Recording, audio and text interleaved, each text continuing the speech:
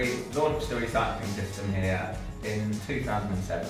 Students have been requesting it for a long time. I mean, as I'm sure you're aware, people have been recycling at home for quite a long time now. So they were expecting to see it around here. It caused a bit of a stir when we first put it in, more with the staff than the students, because we took away people's desk bins, which they didn't really like, so they'd have to start walking to use the recycling system. It was very effective when we put it in. We immediately went from recycling about 20%, which was just paper, up to about 60% where we are now. So at the moment we've got a set of bins at convenient locations around the entire campus. So the idea is you only have to walk maybe 1 minute maximum to your nearest set of bins, and you can recycle paper and cardboard, plastics, metals, glass, throughout the entire university. So in the Richmond building, the Horton building, the Chesham building, on every floor we've got all 5 bins that you'll have probably seen around the place. So there's the landfill or household waste bin, the paper and cardboard bin, the plastics bin,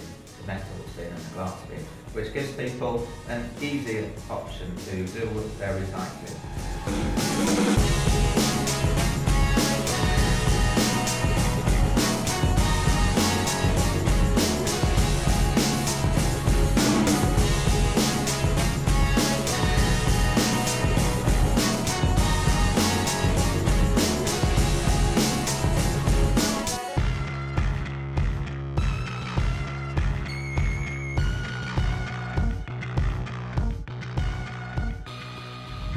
My name's Chris Goodall. I work for GB Building Solutions, and I'm the project manager on the SSV scheme. Construction itself is obviously it's a moving target, if you like. It's probably the best way of describing it. Where weather conditions affect us, deliveries can affect us. There's a multitude of different things that can affect us. The whole part of controlling that is managing, and we get problems. We get the day-to-day problems. We occasionally get the bigger problems, but it's all about how you deal with them, and that's what we do. We deal with the problems, move on, and build it out. I mean, from a programme point of view, we're very, very much where we want to be.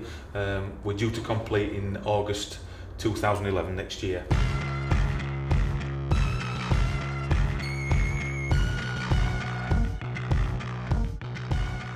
All the materials that go into the building all have to be of an A-rated variety, so from a sustainable source, which is you don't ordinarily get on most jobs, and certainly on most jobs that I worked on. So that is a big big part of it. In this area and in this area there, we've actually got a rainwater harvesting tanks, which are water storage tanks. So the rainwater collection off these 3 buildings, which are the 3 cluster flat roofs, is contained within these tanks, and then it's fed back into the system. It's a sustainability element, but it is backed up by obviously what's the conventional water feed systems. We've got solar panels on the roofs of what we call the townhouses. These blocks there, that will obviously help heat the water up in the tanks, etc. But the backup's always there in a permanent power supply.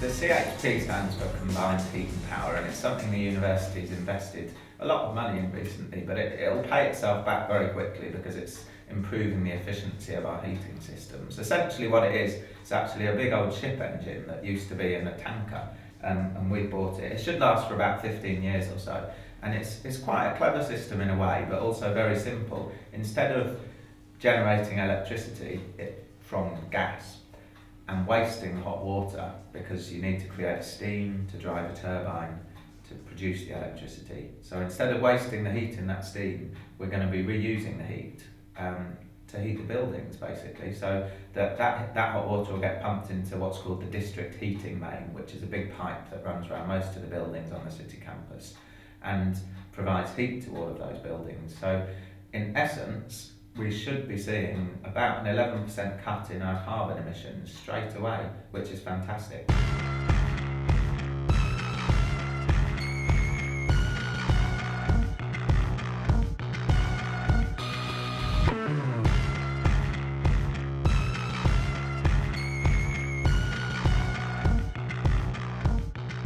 The eco van, we use it for delivering the post around the campus. The environmental sides of it are really fairly simple actually. The main area where it's good is that it uses a lot less power than a standard petrol or diesel powered vehicle. The be all and end all of electric vehicles really is if you're using them by charging them from a renewable energy source. So for example, solar panels or a wind turbine or something like that. Because if you're, I'm sure you can understand, if you're charging an electric vehicle from dirty electricity from a coal power station or a nuclear power station, in many ways you're not really getting the environmental benefits. But if you could install some renewable technologies, which we're looking at installing a large amount of solar panels at the moment for producing electricity. So if you started to use something like that for charging an electric vehicle, then it becomes a lot better environmentally.